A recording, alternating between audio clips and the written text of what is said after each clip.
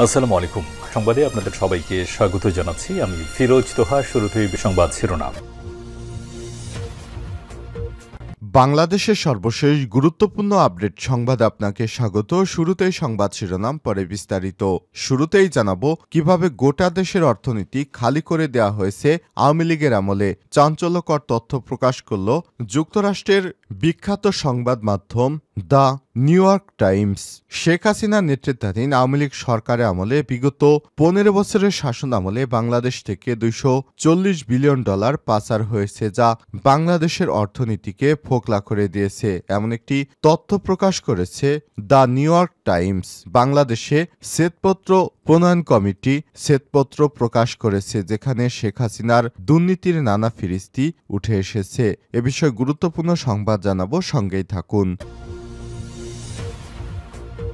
এরপর জানাবো যুব মহিলা লীগ নেত্রী জুথি গ্রেপ্তার। পিরোজপুরের ভান্ডারিয়া উপজেলা যুব মহিলা লীগের সভাপতি আসমা সুলতানা জুথিকে গ্রেপ্তার করেছে পুলিশ। বিকেলে পৌর শহরের বাসায় অভিযান চালিয়ে তাকে গ্রেপ্তার করা হয়। এদিকে শিক্ষার্থীদের সঙ্গে পরিবহন শ্রমিকদের সংঘর্ষ, বাস চলাচল বন্ধ। খুলনা বিশ্ববিদ্যালয়ে এক শিক্ষার্থীকে মারধরের ঘটনায় সোনাডাঙ্গা বাস টার্মিনালে শিক্ষার্থী ও বাস শ্রমিকদের মধ্যে ধাপাল্টা ও সংঘর্ষের ঘটনা ঘটেছে। এ সময় কয়েকটি বাস ও পরিবহন কাউন্টার ভাঙচুর করা হয়। পরে পুলিশ, সেনাবাহিনী, নৌবাহিনী মিলে পরিস্থিতি 4 ঘণ্টা পর নিয়ন্ত্রণে আনেন। জানাবো প্রশাসন উপদেষ্টা পরিষদের ভেতরেও ষড়যন্ত্রকারীরা লুকিয়ে রয়েছে। আজিজুল বারী।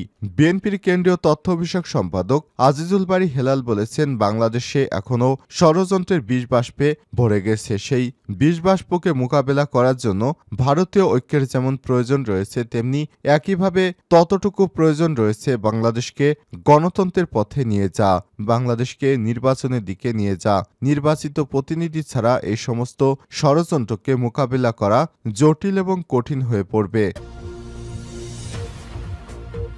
এদিকে সোহরাওয়ার্দীর 61তম মৃত্যুবার্ষিকী আজ। গণতন্ত্রের মানসপুত্র হোসেন শহীদ সোহরাওয়ার্দীর 61তম মৃত্যুবার্ষিকী আজ।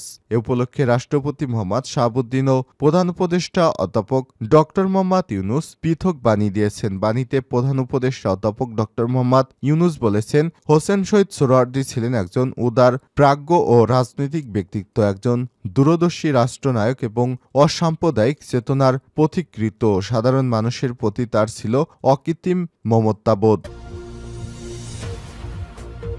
এবং সর্বশেষ জানাবো অনাস্থা ভোটে ফ্রান্সের সরকারের পতন। ফ্রান্সের পার্লামেন্টের নিম্নকক্ষে আজ ক্ষমতাসীন সরকারের বিরুদ্ধে একটি অনাস্থা ভোট পাশ হয়েছে। ফলে প্রধানমন্ত্রী মিশেল বার্নিয়েকে সরকার প্রধানের দায়িত্ব নেয়ার মাস 3 মাথায় সরে যেতে হচ্ছে। খবর রয়টার্সের। প্রিয় দর্শক, এতক্ষণ শুনছিলেন সংবাদ শিরোনাম, এবারে বিস্তারিত। তবে তার আগে বন্ধুরা, অনুরোধ থাকবে এই সংবাদটিতে একটি লাইক দিন। এই চ্যানেলে আপনি নতুন হয়ে থাকলে আমাদের সংবাদটি দেখতে দেখতে চ্যানেলটি সাবস্ক্রাইব করে রাখুন। কমেন্ট করে বন্ধুরা আপনার মূল্যবান মতামত জানিয়ে দিন আপনি বিশ্বের কোন দেশ থেকে বা বাংলাদেশের কোন স্থান থেকে আমাদের সংবাদটি দেখছেন এবং শুনছেন। এবারে বিস্তারিত। কিভাবে গোটা দেশের অর্থনীতি খালি করে দেয়া হলো, চাঞ্চল্যকর তথ্য প্রকাশ। শেখ হাসিনা নেতৃত্বাধীন আওয়ামী লীগ সরকার গত 15 বছরের শাসন আমলে দেশের আর্থিক অবস্থা থেকেই 17 বিলিয়ন বা $1,700 কোটি সমপরিমাণ অর্থ পাচার হয়ে গেছে প্রতি বছর।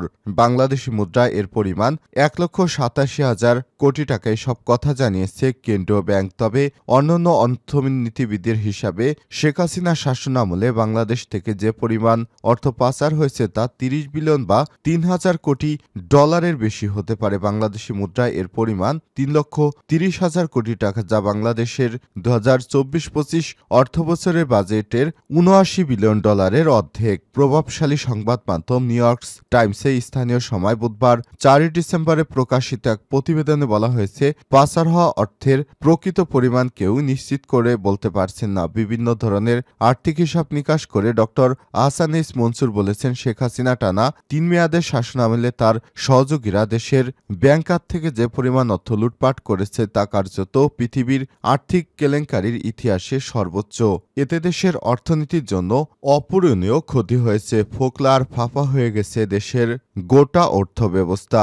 গভর্নর আহসান এস মনসুরের সাক্ষাৎকার কবে নেওয়া হয়েছে তা নিউ ইয়র্ক টাইমসের প্রতিবেদনে বলা হয়নি। তবে চলতি সপ্তাহে অর্থনৈতিক পরিস্থিতি বিষয়ক শ্বেতপত্র কমিটি বলেছে, ক্ষমতাচ্যুত প্রধানমন্ত্রী শেখ হাসিনার শাসনামলে 15 বছরে বাংলাদেশ থেকে সার্বিকভাবে প্রতি বছরই গড়ে 16 বিলিয়ন মার্কিন ডলার অবৈধভাবে পাচার হয়েছে। এই হিসাবে শেখ হাসিনার শাসনামলে বিগত সময়ে 240 বিলিয়ন মার্কিন ডলার বাংলাদেশ থেকে পাচার হয়েছে।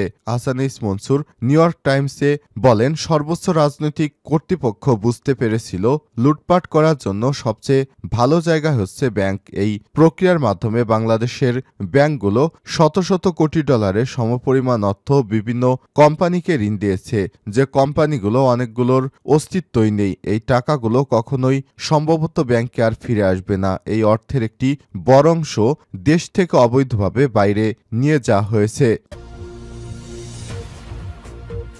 যুব মহিলা লীগ নেত্রী জুথি গ্রেপ্তার। পিরোজপুরের ভান্ডারিয়া উপজেলা যুব মহিলা লীগের সভাপতি আসমা সুলতানা জুথিকে গ্রেপ্তার করেছে পুলিশ। বুধবার 4 ডিসেম্বর বিকেলে পৌর শহরের বাসায় অভিযান চালিয়ে তাকে গ্রেপ্তার করা হয়। গ্রেপ্তার আসমা সুলতানা জুথি ভান্ডারিয়া পৌর শহরের মোহাম্মদ আজাদ জোমাদ্দারের মেয়ে। তার বিরুদ্ধে হাতবোমা বিস্ফোরণ ও পিরোজপুর জেলা বিএনপির কার্যালয় ভাঙচুরের ঘটনায় মামলা দায়ের করা হয়েছে। পিরোজপুর সদর থানার ওসি আব্দুল সোবহান বলেন, বিএনপির অফিস ভাঙচুর ও হাতবোমা বিস্ফোরণের মামলায় জুথিকে গ্রেপ্তার দেখে আদালতের মাধ্যমে কারাগারে পাঠানো হয়েছে। উল্লেখ্য, জুথি আওয়ামী লীগ সরকার ক্ষমতায় থাকাকালীন বিভিন্ন অপকর্মের সঙ্গে যুক্ত ছিলেন। তার নেতৃত্বে অনেকের উপর হামলা, মামলা বা অনেকে নির্যাতন করার অভিযোগ পেয়েছে ডিএমপি। এ কারণে জুথিকে গ্রেপ্তারের বিষয়টি তারা আগে থেকেই নিশ্চিত করেছে। কারণ যুব মহিলা লীগ নেত্রী জুথি ছিল এলাকার ত্রাস হিসেবে পরিচিত। সে তার এলাকায় সাধারণ মানুষকে অনেকভাবে ক্ষতি করত বলে জানা গেছে। শিক্ষার্থীদের সঙ্গে পরিবহন শ্রমিকদের ব্যাপক সংঘর্ষ, বাস চলাচল বন্ধ।